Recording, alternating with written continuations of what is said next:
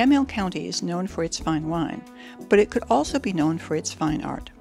The first 2 weekends in October, during the Art Harvest Studio Tour, artists in Yamhill County opened their studios to the public. We visited with Shannon, a well-known landscape painter in Sheridan. Art Harvest Studio Tour, it's probably the best opportunity for the public at large to get a fair glimpse at the life of an artist, because you really want people to understand your artwork, children especially.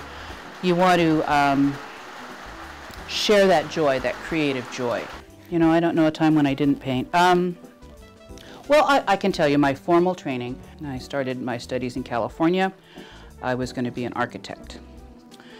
And I thought that's how you can be creative and earn money, right? Mm-hmm. Well, it wasn't even the finish of the first year when you had to take more formal painting experience classes than I'd ever taken before. This is, you know, right out of high school. And I was totally enthralled and hijacked by the studio arts. You know what? It just, who wants to make money? I want to paint. But you know, as my career has evolved, I paint big murals, outdoors, indoor murals, big paintings. So I kind of think that the architecture is still there. It's a visual architecture. I mean, the whole art making. That's why I think I spend an awful lot of time teaching both adults and children, because kids particularly don't get that as much as our generation did. And how would they know if they're not exposed to it? And you never know who you're going to affect. That's the wonderful thing about it. I worked for 8 years with the Art and Education Department through the Polk, Yamhill, and Marion County, where I would go into a school with a whole school population and we would paint murals. Mm.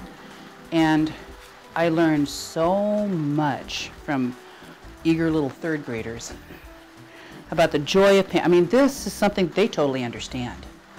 You know, this is what they do. This is how they experience art. One of the pieces I'm probably best known for is a 21-foot triptych at the Allison Hotel. There's a little giclée of it, and mind you, that expands 21 feet. It didn't fit in this studio. I was always shifting them back and forth, and when the weather permitted, I'd take it outside to see what it looked like.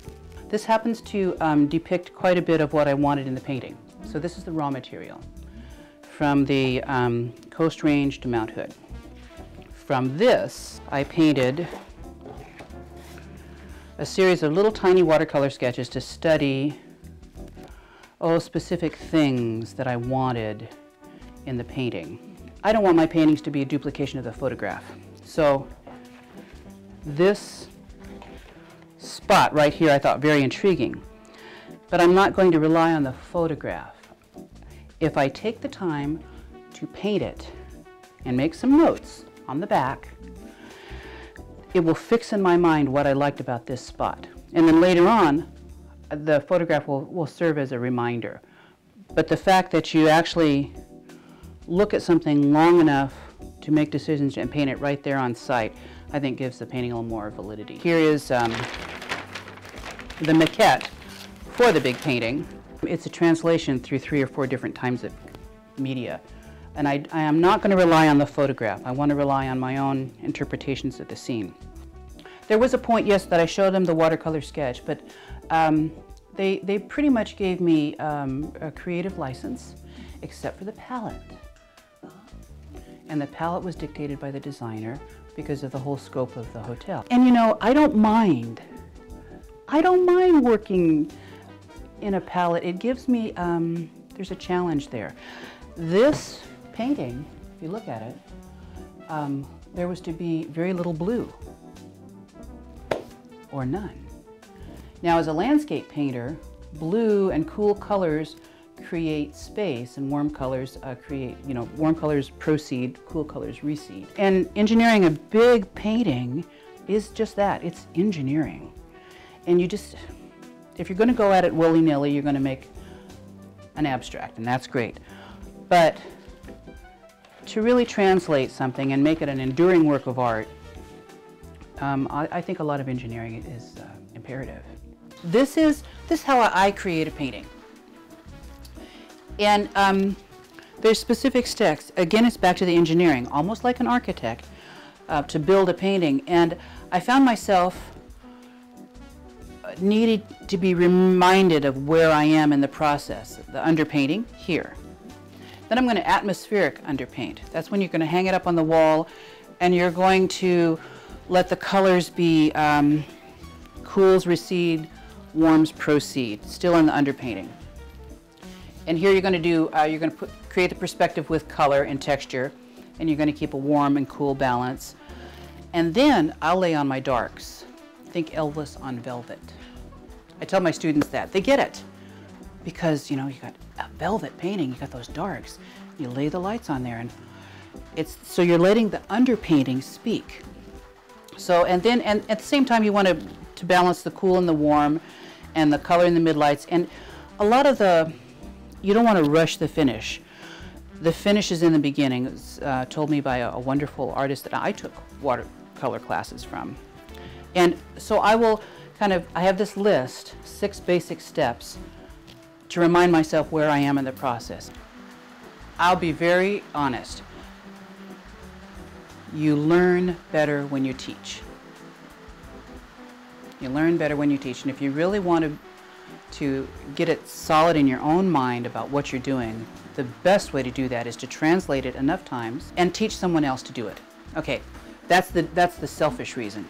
Then there's the altruistic reason. I want people to understand art. There's a creative energy that can be expressed in paint, or cooking, or crocheting, or gardening.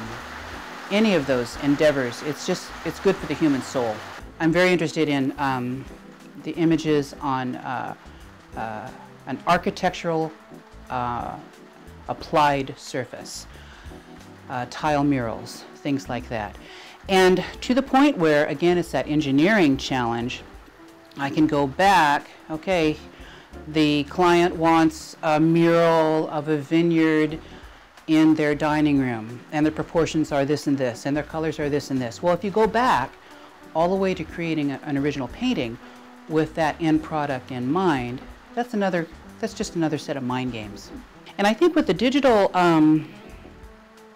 applications of imagery, websites, book illustrations, I'm going to do, believe it or not, a series of children images of an old story that my grandmother used to tell me. Those kinds of things. Now I can tell my grandchildren the story, but if I actually, and I do have it in process, make a painting of Miss Nighty and make that painting into a digital image and turn that digital image into a series of tiles that hang in a child's room, you know, it's kind of an interesting evolution of a verbal story just through the hands of a creative person with the help of a digital media. This is the first time I ever saw my images translated into something else, something useful. When you go back to the whole bottom of it, it's the power of the image. The power of the image.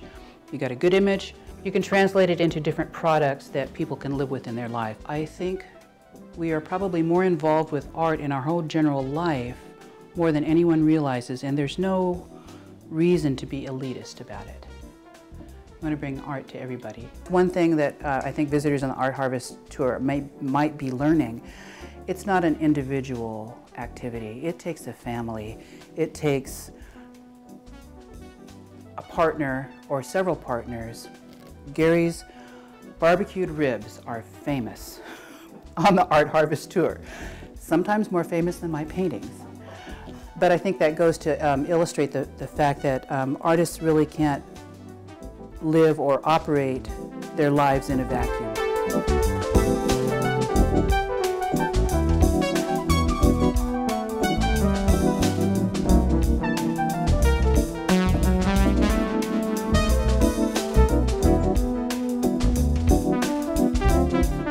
The studio tour, I think, is one of the best educational bargains in the cultural world, especially here in the Northwest. The quality of artists are superlative, and everyone is in a genuine, good, giving mood. And the public has an opportunity to learn an awful lot and to become acquainted. And after all, we're so insular in our lives. Art Harvest gives you a chance to mix it up with some really interesting people.